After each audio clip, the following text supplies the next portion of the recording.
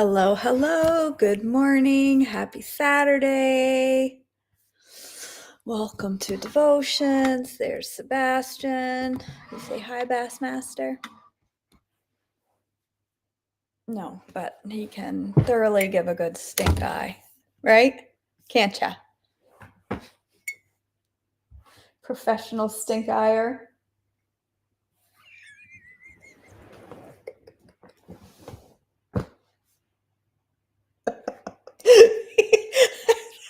His side eyes are so,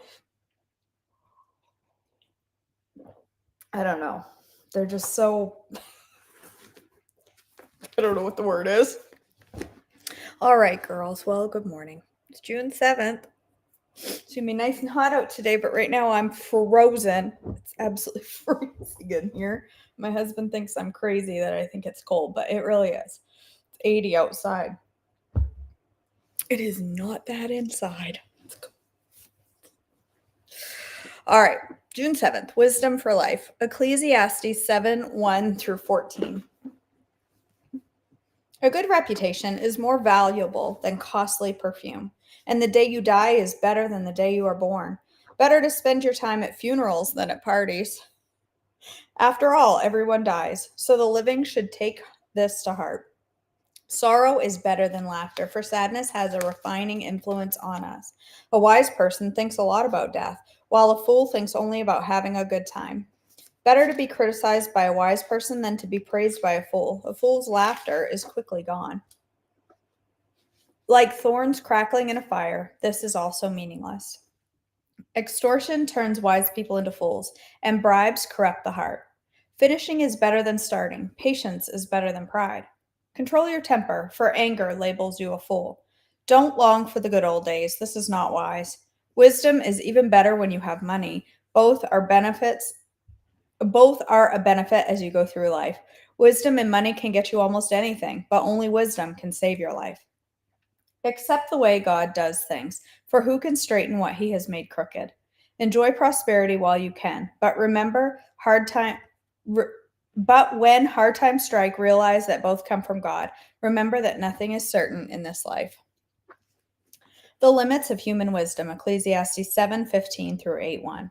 I have seen everything in this meaningless life, including death of good young people and the long life of wicked people. So don't be too good or too wise. Why destroy yourself?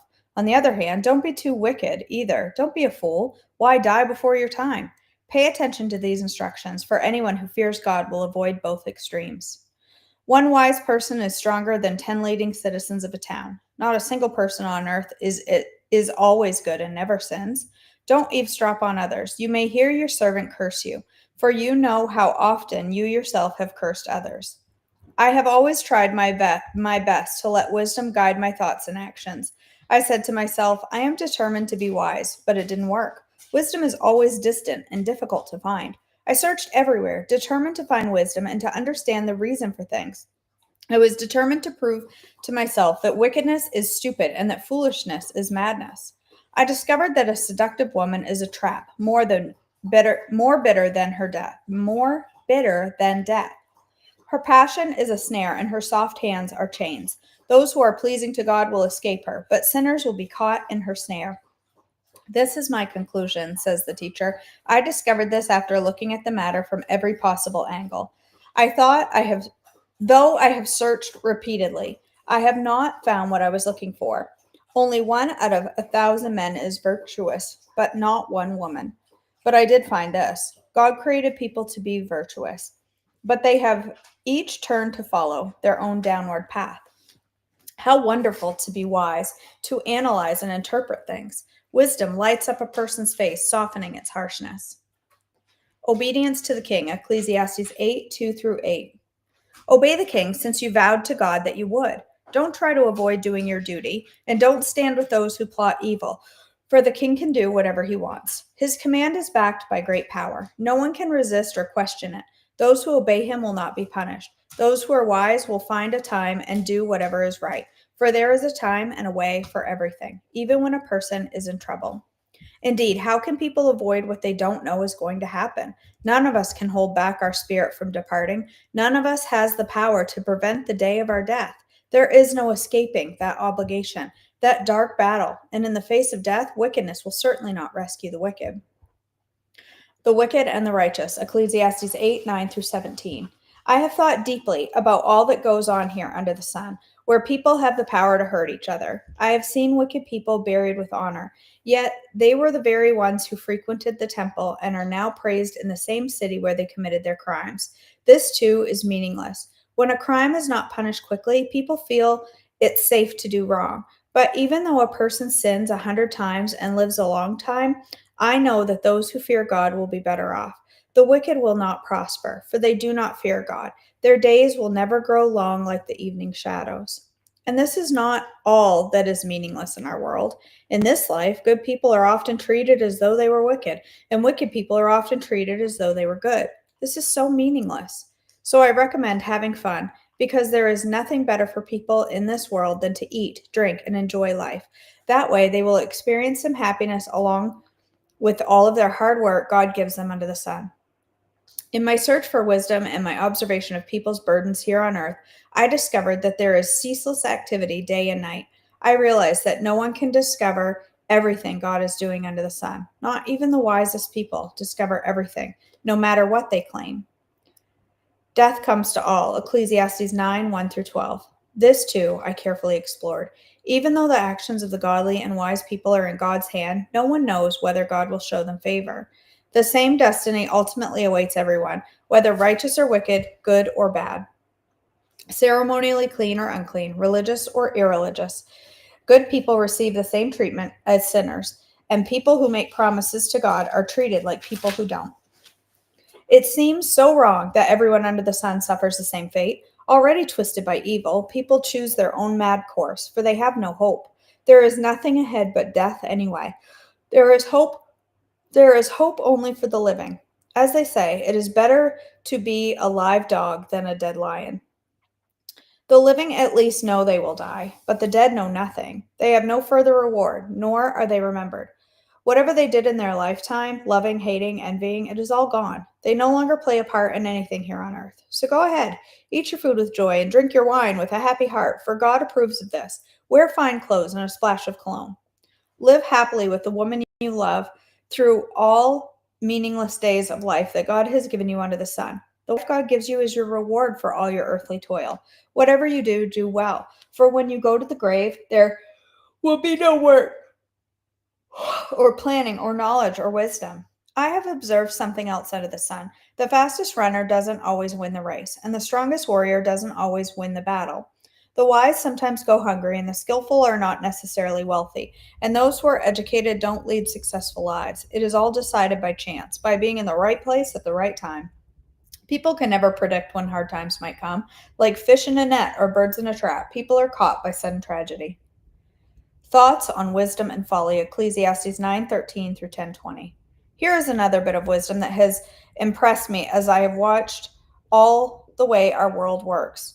There was a small town with only a few people, and a great king came with his army and besieged it. A poor wise man knew how to save the town, and so it was rescued. But afterward, no one thought to thank him. So even though wisdom is better than strength, those who are wise will be despised if they are poor. What they say will not be appreciated for long. Better to hear the quiet words of a wise person than the shouts of a foolish king. Better to have wisdom than weapons of war. But one sinner can destroy much that is good. As dead flies cause even a bottle of perfume to stink, so a little foolishness spoils great wisdom and honor. A wise person chooses the right road. A fool takes the wrong one. You can identify fools just by the way they walk down the street. If your boss is angry at you, don't quit. A quiet spirit can overcome even great mistakes.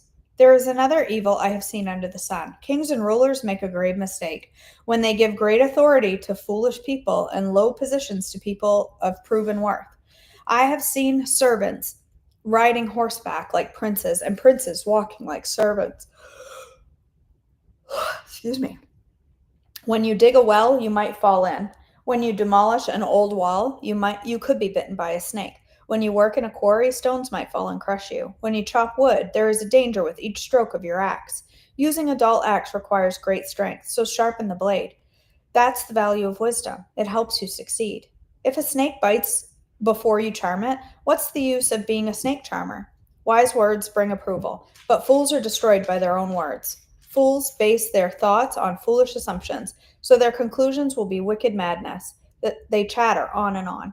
No one really knows what is going to happen. No one can predict the future. Fools are so exhausted by little work that they can't even find their way home. What sorrow for the land ruled by a servant, the land whose leaders feast in the morning. Happy is the land whose king is a noble leader, and whose leader feasts at the proper time, to gain strength for their work, not to get drunk. Laziness leads to a sagging roof. Idleness leads to a leaky house. A party gives laughter, wine gives happiness, and money gives everything. Never make light of the king, even in your thoughts, and don't make fun of the powerful, even in your own bedroom, for a little bird might deliver your message and tell them what you said. Generosity and diligence. Ecclesiastes 11, 1 through 6. Send your grain across the seas, and in time profits will flow back to you. But divide your investments among many places, for you do not know what risks might lie ahead. When clouds are heavy, the rains come down. Whether a tree falls north or south, it stays where it falls. Farmers who wait for perfect weather never plant it. If they watch every cloud, they never harvest. Just as you cannot understand the path of the wind or the mystery of a tiny baby growing in its mother's womb, so you cannot understand the activity of God who does all things. Plant your seed in the morning and keep busy all afternoon, for you don't know if profit will come from one activity or another, or maybe both. Okay. Saturday, so I don't usually read our book on Saturday. Yay, Susan, that's awesome. Good for you. I'm so glad to hear that. His side eyes are intense. He means it. When he gives you the side eye, he means it. He's the absolute best side eye I've ever seen in my life. All right, girls. Well, thanks for joining me today. What day is it? It's the 7th of June. It's Saturday. What do we have going on today? Nothing here. Nothing. Marin has to practice her ACTs. She's got work to do because she takes her ACTs next Saturday. And then the week after that, we go visit 3 different colleges. And then, yeah. So we have a day at home to study. Fun! Funness. Who doesn't love to study their ACTs on a Saturday? Yay. Anyway, all right, girls, let's go ahead and end in prayer.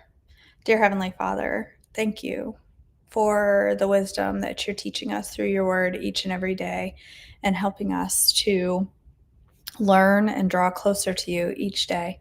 God, we praise you and thank you for Susan and that she's graduated from physical therapy. And even though this journey has been really, really long, you are faithful, God. And we just ask for your continued healing and strength as she now starts to move forward with some normalcy again.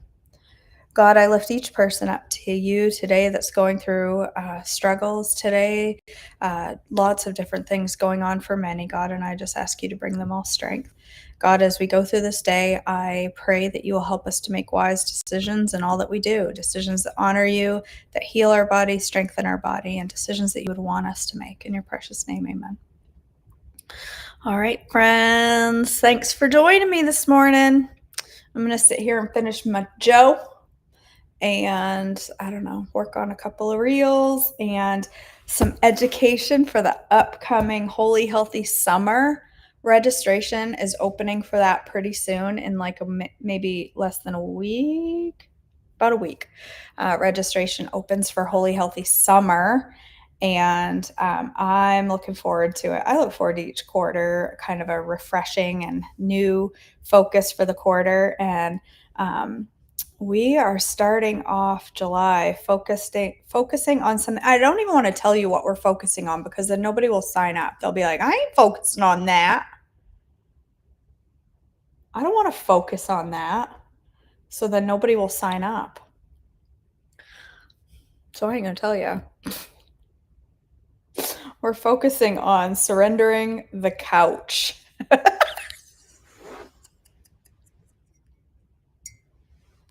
and the comfy blue chairs. We're going to focus on surrendering the sit. Surrender the sit. That's what I should call it instead of surrender the couch. Surrender the sit. It's going to be a month focused on fun movement. Fun movement. And I hope you'll all be there to take part because it's gonna be a good month. It's gonna be a good month. So, all right, girls, I love you so much. I hope you have an amazing Saturday and get to go do something fun. And yeah, I'll see you all back tomorrow.